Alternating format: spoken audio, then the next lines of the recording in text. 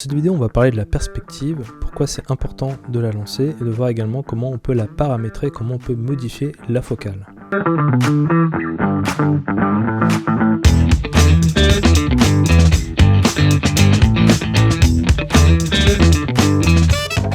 Et juste avant de commencer, si vous aimez le contenu de ma chaîne, n'oubliez pas de liker la vidéo, de vous abonner et d'activer la cloche. Alors un petit tuto, si vous faites de la sculpture de personnages ou de visage, c'est extrêmement important d'activer la perspective. Alors c'est quelque chose qui peut être oublié des fois, il faut vraiment faire attention.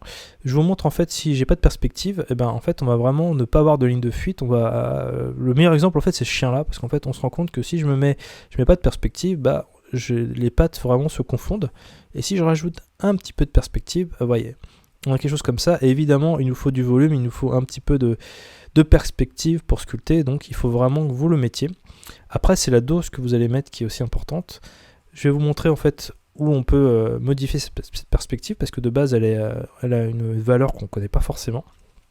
Vous êtes dans Draw ici, et vous avez ici la caméra, et en fait c'est lié à la caméra, donc on est sur une perspective de 50. Il faut imaginer que la 50 c'est à peu près notre vision. Donc c'est vraiment la vision de nos yeux, c'est la déformation que provoquent nos yeux, enfin qu'on a visuellement. Et en fait si vous baissez, on va vraiment avoir une différence, vous voyez, on a vraiment quelque chose de très marqué. Faut imaginer ça, c'est comme si vraiment vous colliez l'appareil avec beaucoup moins de distance.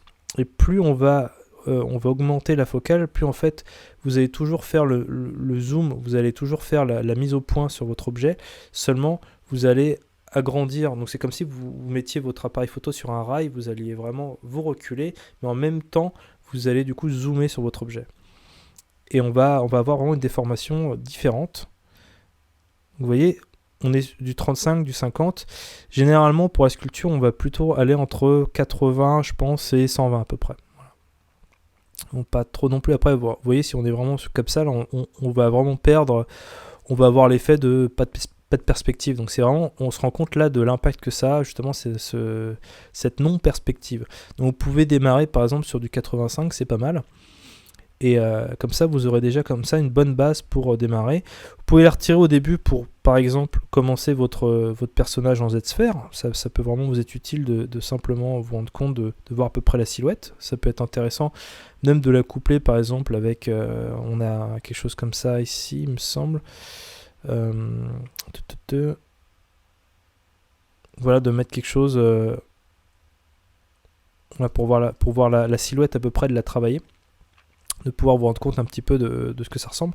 Mais ensuite dès que vous avez commencé, mettez la perspective, c'est assez important ça pour vraiment pas vous planter, parce que vous allez voir en fait, j'ai par exemple un visage, je vais prendre celui-là de base, et on a quand même une différence entre alors je vais me remettre sur 85.